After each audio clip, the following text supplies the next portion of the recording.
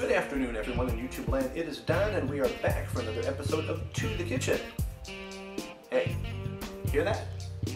That is my own theme music, and I want to thank Pat Carmody here in Owasso for putting that together for me.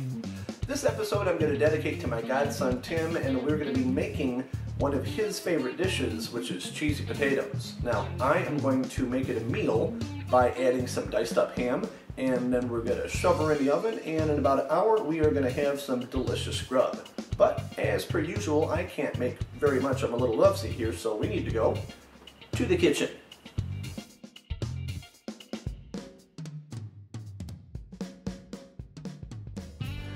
Okay, we're in the kitchen and I've got my ingredients laid out for our cheesy potatoes. I'm going to let you know what we're going to be using today.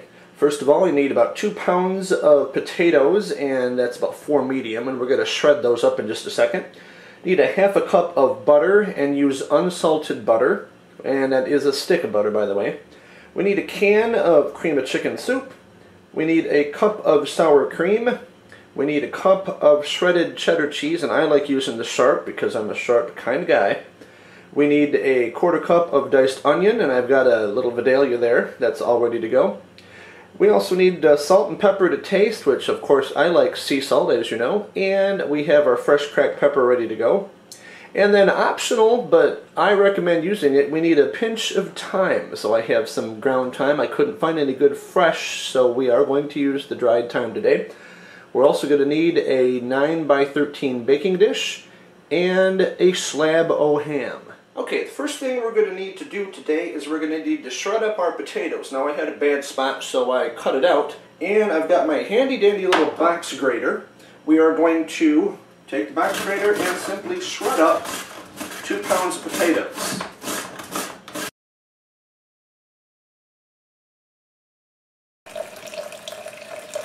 Okay, we've got our 2 pounds of potatoes shredded up, and right now I have them in a bowl, and we're going to run some cold water over them to get some of the starch out of the potatoes. And that way also, if they are covered in water, they're not going to turn brown on you.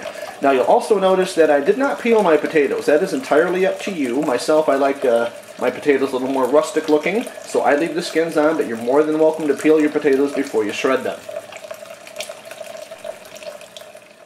Okay, the next thing we're going to do is we're going to take our slab of ham and we're going to dice her up to use in our cheesy potatoes. Now, I have already washed and cleaned my cutting boards, so it is fresh. It's always a good idea to have a couple different cutting boards, like one for meats and one for vegetables and stuff like that. That way you don't get any cross-contamination, because cross-contamination can be bad, make you all sick and stuff.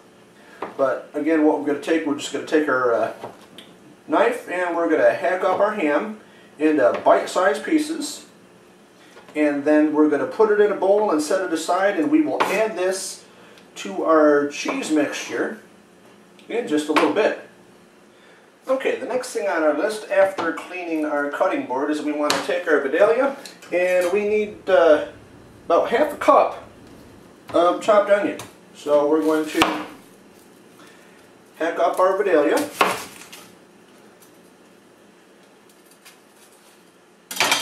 Take off the outer edge. Seems like a little bit of a waste, but that outer first layer is always kind of chewy, so you don't want to use that. And we're going to take our knife and we're going to cut it into nice rustic chunks. I like to know there's some onion in my whatever I'm making. Whoops. So we're gonna make sure our chunks are nice and big.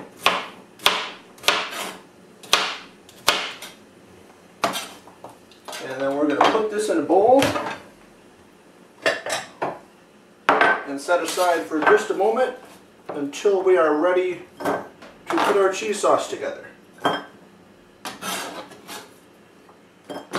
Okay, now we got to prepare our cheese sauce, and the way you do that is, first of all, you have to get your stick of butter and you have to melt that in a 2-quart saucepan. Now, I have a 3-quart here, but the bigger the better. And we're going to melt down some butter, and then what we are going to do is we're going to saute our onions. And then we're going to add some pepper and some salt and some thyme and let those flavors meld for a little bit. Okay, now that our butter's melted, we are going to add our onion. Now, the recipe calls for a 1/4 cup of diced onions, but I really like onion, so we're going to add a bunch of onion. And then some fresh cracked pepper to taste. I like a lot of pepper too. I'm going to adjust this to go along with your family's flavors. And then, again, I couldn't find any fresh thyme that I liked, so we're just going to use some dried thyme. And remember, dried is a little stronger than regular, so go easy on the thyme, especially if you're not somebody that likes that herb. Myself, I like some thyme. Adds a wonderful flavor to the potatoes. Now we're going to mix this up, and we're going to let those flavors meld for about 5 minutes or so. Okay, we've let our butter and our onions and some thyme and some salt and some pepper, we've let the flavors meld, and it smells really, really good in here right now.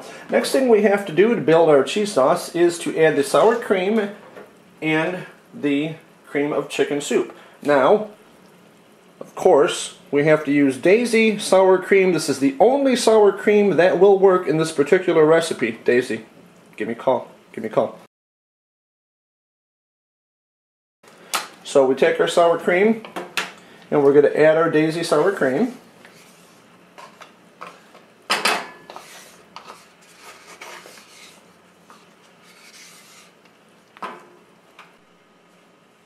And then the next thing we're going to add is our cream of chicken soup. And again, there we go. You have to use Campbell's cream of chicken soup because it is great for cooking. Campbell's, give me a call. We can work something out, okay?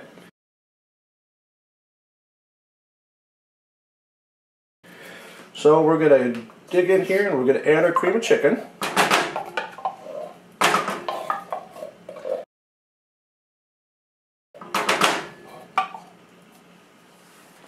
Okay, we have our cream of chicken and our sour cream added. We're going to mix this up a little bit.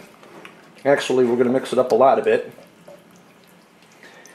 And then we're going to let it come to temperature, because the next thing that we're going to need for our sauce is we're going to have to add the cheese. But this has to be pretty hot before we can add the cheese. So we need to let this sit on the stove top until that does get hot. Okay, our mixture has came to temperature, and that probably took about, I'd say 12 to 15 minutes on kind of a medium-low heat. You don't want to heat it up too fast, but it is now to temperature to where we can add the cheese, where the cheese will melt and it'll be nice and smooth. Now, we have here a 1/4 cup of shredded cheddar cheese. And we're not going to add it all at once. We're going to add a little bit at a time and then mix it up. Then we're going to add a little bit more and mix it up, let it all melt. And we're going to do that until all the cheese is melted nice and smooth. Okay, we've got our last batch of cheese in there, and we've got it all nice and melted. The last thing we're going to do is we're going to add the ham chunks. Now again, I diced up some ham, and we're going to add the ham to the cheese sauce. And then in just a minute, we're going to pour this over the shredded potatoes. Okay, the last thing we need to do is we need to take our potatoes and we have to rinse them, or we got them all rinsed. And now we're going to add the cheese sauce to them. Now when you rinse them, you want to drain as much of the water off as you can. And now we're going to add the yummy cheese sauce. Yummy. Look at that. Oh, that's so yummy good. And then you want to take and mix the potatoes and the sauce up really good. And then We're going to top it with a little bit of parsley flake for good looks, and we're going to shove her in the oven. Okay, we've got our potatoes all mixed up with the cheese sauce, and we're going to shake on a little bit of parsley flake just for good looks. It doesn't add a whole lot of flavor. And again, I would prefer to use fresh parsley, but I never thought about getting any. And my luck, it would have been as bad as the time looked at the store to this. So now, we are going to take our potatoes and we're going to put it in a 350-degree oven, and we're going to let it bake in there for about an hour.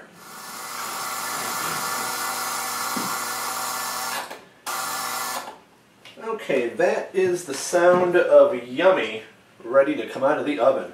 Now, make sure you grab your oven mitts, and of course, we have to have the Hooters oven mitt. Yes, Hooters is the only oven mitt that you can use, well, other than one for the other hand.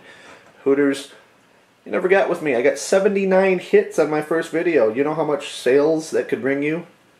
Come on, give me a call, Hooters. So we're going to get into the oven. Oh, baby. Oh, baby. How gorgeous is that? Oh, yummy, yummy. Now, of course, can you hear that? Oh, you got to let that cool off a little bit. And while that's cooling, in the background on my stove, I've got my double boiler set up. I am going to cook me some green beans to go with that. So, I got to get me some beans and get them into my double boiler.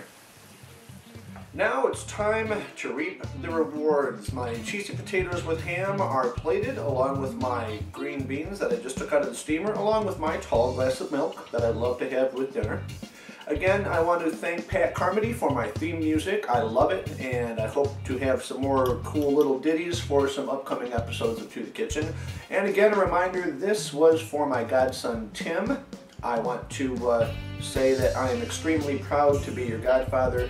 Once again, congratulations on your 814 bowling series, and a big congratulations to your upcoming first anniversary with you and your beautiful wife, Tiffany. I am going to dig in now. I will see everybody next time on To the Kitchen.